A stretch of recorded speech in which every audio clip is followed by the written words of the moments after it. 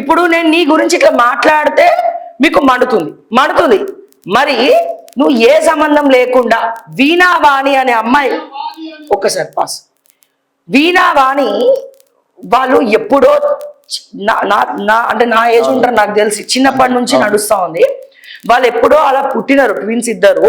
నువ్వు వాళ్ళని body shaming చేస్తూ వాళ్ళ గురించి నీచంగా వాళ్ళు ఇప్పుడు పెద్దగా అయినరు. ఆ తర్వాత సర్జరీ అయింది వాళ్ళకి, వాళ్ళు వేరుపడ్డారు, వాళ్ళు సపరేట్ చేశారు. సర్జరీ తర్వాత సక్సెస్ అయింది, ఫస్ట్ సర్జరీ సక్సెస్ అయింది మాట్లాడుకున్నాం. అప్పటి మీడియా దాని గురించి కూడా బాగా ప్రచారం చేసింది. సక్సెస్ఫుల్ గా వాళ్ళ సర్జరీ అయింది. ఇప్పుడు ఎవరి బతుకులు వాళ్ళు బతుకుతున్నారు. నువ్వు చాలా రోజుల తర్వాత మళ్ళీ వాళ్ళ పేర్లు గుర్తు చేసి వాళ్ళని బాడీ షేమ్ చేసుకుంటా అడ్డమైన రాజకీయ నాయకుల్ని పోలుస్తావా? మరి నీ మీద ఎవరు పెట్టాలి ఆ కేసు? అంటే నువ్వు మాట్లాడితేనేమో అది బెల్లం అవుతుందా, మేం మాట్లాడితేనేమో అది అల్లం అవుతుందా? అరే ఏం మాట్లాడండి ఒకసారి చూడండి.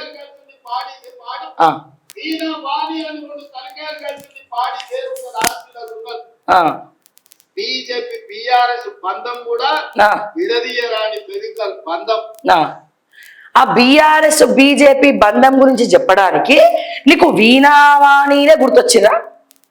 ఇంకా వేరే ఎగ్జాంపుల్స్ లేవా? ఇప్పుడు నేనున్నా, నిన్ను చూసినా, నీ అన్నదమ్ముల్ని చూసినా, ఆ రాయలసీమ రామన్న చౌదరి సినిమాలో మోహన్ బాబే గుర్తొస్తాడు. అక్కడ ఎవరైనా కించపరిచినట్టు అయిందా? ఎగ్జాంపుల్ తీసుకున్నా. నువ్వు తీసుకునే ఎగ్జాంపుల్ కూడా హెల్దీగా తీసుకో, దండం పెడతా.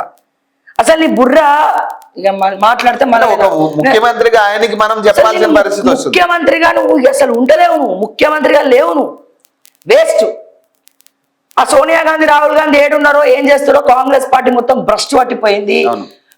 ఇక నెక్స్ట్ తెలంగాణలో కర్ణాటకలో ఉష్కాకి, నెక్స్ట్ కర్ణాటకలో రాదు, తెలంగాణలో అసలే రాదు. ఓకే, సో అదేమంటారు ఐరన్ లెగ్ ముఖ్యమంత్రి. నేను అప్పుడు స్టార్టింగ్ లో సో ఇట్లా ఉంది పరిస్థితి. నేను అనుకున్నా అయోధ్య రెడ్డి వెళ్ళిపోయినాకనన్నా బాగుపడతాడేమో, మరి ఏమంటన్నా, ఎందుకంటే మంచి చదువుకున్నోడు మన మన్సూర్ సారు, ఆయనకి అవగాహన లేదు, శాఖ లేదు, మంచి ఐడియాలజీ ఉన్న వ్యక్తి మా మన్సూర్ సారు. నేను ఎవరబ్బా అయోధ్య రెడ్డి వెనకాల పడినా మంచి లాబింగ్లు వేసుకొని బాగా సంపాదించి ఇల్లు కట్టిండు, ఆస్తులు కూడా పెట్టిండు అయోధ్య రెడ్డి. కానీ ఏం చేస్తాం, రేవంత్ సీక్రెట్స్ అని ఆయనకు తెలుసు. ఇప్పుడు ఇమీడియట్ గా రేవంత్ రెడ్డి తీయలేడు. ఫస్ట్ నేను తీయాలంటే ఏం చేయాలి, వేరే పదవి ఏమని ఇవ్వాలి. ఏదో నామకే వాస్తే ఆ స్టేట్ కమిషనర్ ఆర్టీఐ కమిషనర్ లో ఒకటి ఇచ్చిర్రు, అట్లా ఏదో నామకే వాస్తే ఇచ్చిర్రు. మంచి ఏదో ఊపుకుంటే ఇట్లా ఊసుడుండంట, మధ్యాహ్నం తర్వాత పోతారట. మీరు ఒకసారి ఉండి ఆర్టీఐ ఆఫీస్ కి పోతే ఆడ ఆఫీసర్లు ఉన్నారో లేదో కూడా తెలియదు. మీరు ఒకసారి పోవాలి పవన్, కెమెరా తీసుకొని అక్కడ ఉన్నారా లేదా, అసలు ఎవరు ఏ టైంకి వస్తున్నారు ఏందని అనుకుంటే ఆయన తీసుకెళ్ళి అక్కడ పెట్టినాం. సరే మన్సూర్ సార్ వచ్చిన వాస్తవానికి నాకు తెలియదు, ఎందుకంటే ఆయన చాలా ఎక్స్పీరియన్స్డ్ పర్సన్స్, మనం ఎంత 30-31 ఇయర్స్ ఏజ్. ఓకే, అయితే మన్సూర్ సార్ గురించి నేను మొత్తం వికీపీడియా తీసి చదివితే అబ్బా ఎక్సలెంట్ పోర్ట్ఫోలియో అబ్బా. అంటే ఆయన చెయ్యని శాఖ లేదు. ఎన్ని శాఖలు ఉంటాయో అడ్మినిస్ట్రేషన్ లో అన్ని శాఖలలో ఆయన పనిచేసిండు గ్రూప్ 1 ఆఫీసర్ గా. ఆయన వచ్చిన తర్వాత కూడా మరి ఏమంటానో మార్పు వస్తుందేమో, జర ఆచితూచి మాట్లాడతాడేమో, తెలియనివి తెలుసుకుంటాడేమో, నేర్చుకుంటాడేమో, ఇక్కడైనా స్ట్రాటజీ మారుతాడేమో అని చెప్పి ఒక కొత్త ఊపిరి వచ్చింది నాకు. అంటే కొత్త ఊపిరికి అంటే ఒక ముఖ్యమంత్రిగా ఏమైనా కనపడతాడేమో అని చెప్పి అనుకుంటే మా మన్సూర్ సార్ వచ్చినా అంటే బేసిక్ ఇక్కడ అధికార లోపం కనపడట్లేదు, రేవంత్ రెడ్డి లోపమే వినట్లేదేమో. ఇప్పుడు ఎంత పర్ఫెక్ట్ వ్యక్తి ఉన్నా కూడా అక్కడ ఈయన వినట్లేదేమో అని నా ఉద్దేశం. ఎందుకంటే ఇప్పుడు బేసిక్ గా మన్సూర్ సార్ అనే చెప్తున్న దాన్ని బట్టి మన్సూర్ సార్ ఆయనకున్న స్ట్రాటజీ ప్రకారంగానే అనుభవం ఉన్న వ్యక్తి. సో అట్లాంటి వ్యక్తి వచ్చాక కూడా ఈయన మారతలేదంటే ఇప్పుడు ఇక్కడ లోపం ఉంది, అక్కడ కాదు. ఇక్కడ లోపం ఉంది, మంత్రులను ఐకమత్యంగా తీసుకురావడంలో లోపం ఉన్నది. ఎప్పుడు ఒకడు కొట్టుకోవడము. అయితే కొండా సురేఖ లేదా పొంగులేటి లేదా రోహిన్ రెడ్డి, ఎవరది ఆయన ఓఎస్డి సుమంత్, గండ్ల పంచాయతీ, డెండ్ల పంచాయతీ. ఆ తర్వాత ఏంది కోమటిరెడ్డి వెంకటరెడ్డి పంచాయతీ.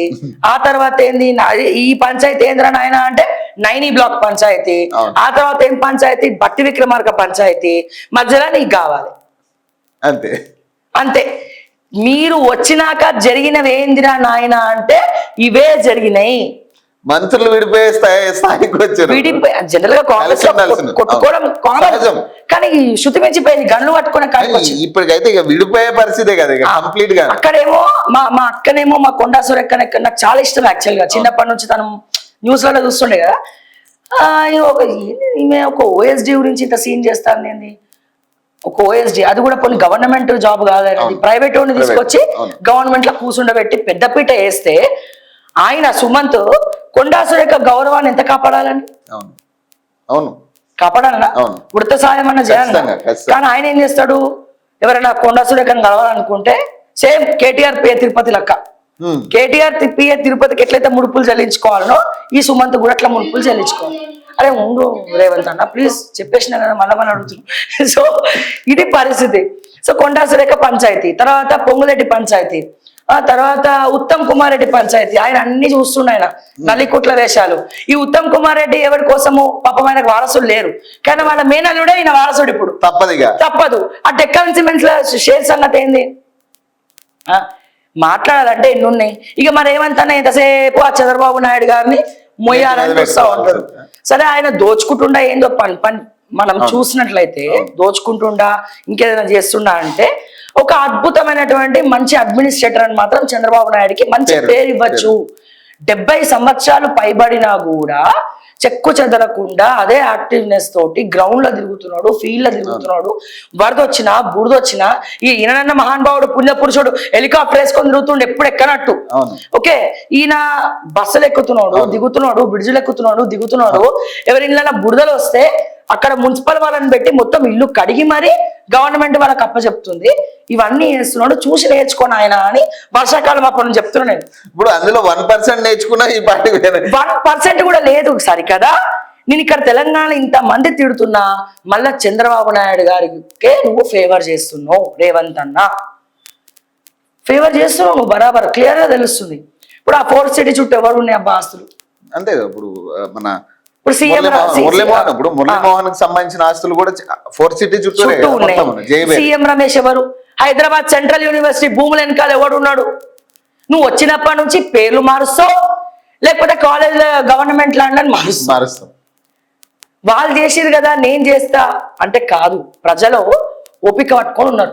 బీఆర్ఎస్ వాళ్ళు చేసినటువంటి దౌర్జన్యాల నుంచి నువ్వేమన్నా పరమాత్మలాగా వచ్చి కాపాడతావు అనుకుంటే దాని మీద ఇంకా బొగ్గులేసి ఇంకంత వాళ్ళే బెటర్ అనే కాడికి తీసుకొస్తుంది. వాళ్ళే బెటర్ అంటున్నారు. ఇప్పుడు నీకు అడ్మినిస్ట్రేషన్ కూడా లేదు, ఫెయిల్.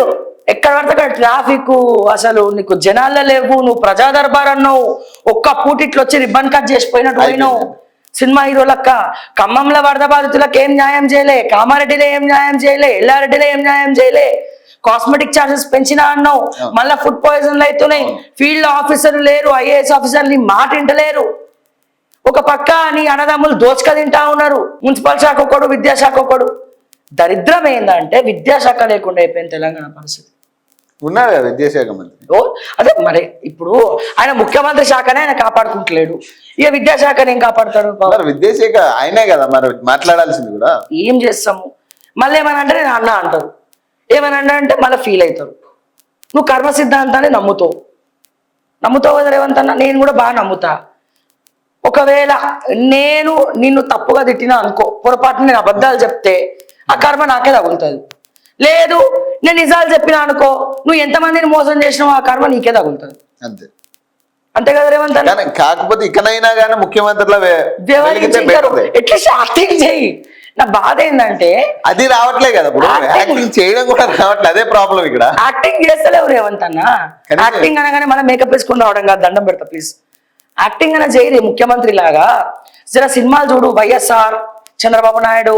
ఇప్పుడు అదేంటది నెట్ఫ్లిక్స్ లో అది వచ్చింది, యాత్ర కాదు, యాత్ర వచ్చింది. ఓకే, మొన్న అది వచ్చింది కదా చంద్రబాబు నాయుడు వైఎస్ఆర్ ని ఉద్దేశించి సినిమా ఒకటి, వెబ్ సిరీస్ ఒకటి. అవును, నేను పేరు గుర్తొస్తలేదు యాక్చువల్గా. ఏందో రేవంత్ అన్న అసలు మర్చిపోతున్నాను నీ అడ్మినిస్ట్రేషన్ చూసి అన్ని, సారీ ఏమనుకోకు. సో ఇవన్నీ చూడు పాలిటిక్స్. అందులో వాళ్ళ హుందాతనం ఎట్లా ఉన్నది, వాళ్ళు ఏం చేస్తున్నారు, ముఖ్యమంత్రులుగా ఎట్లా మాట్లాడినారు. లేకపోతే ఒకే ఒక్కటి సినిమా చూడు అట్లీస్ట్. మా అర్జున్ అందులో ఒకరోజు సీఎం ఎంత బాగా పనిచేసిండు. మాయాసభ. నేను ఎందుకు చెప్తున్నా, యాక్టింగ్ అనే చేయరేమంత దండం పెడతా ప్లీజ్. మా తెలంగాణ ముఖ్యమంత్రిని మా ముందు వేరే వాళ్ళు తిడతా ఉంటే తట్టుకోలేం. ఇంకా మనం సపోర్ట్ చేయాలి కదా. సపోర్ట్ చేయాలి. ఇప్పుడు ఈయన చేసే పనులు చూస్తే సపోర్ట్ చేసేటట్టు కాదు కదా. ఇంట్లో సపోర్ట్ కూర్చొని సపోర్ట్ తినాల్సి వస్తుంది. ఇది పరిస్థితి. దయచేసి ఇక్కడైనా ముఖ్యమంత్రిలా మాట్లాడి టైం లేదు ఇంకా, ఎందుకంటే సమయం లేదు మిత్రమా. మున్సిపల్ ఎన్నికలు అయిపోయాయి, తర్వాత ఇప్పుడు జిహెచ్ఎంసీ కూడా రెడీ అయిపోతుంది. అవును. నెక్స్ట్ 1 year కూడా లేదు. నువ్వు 6 గ్యారెంటీలు ఇయ్యాలి.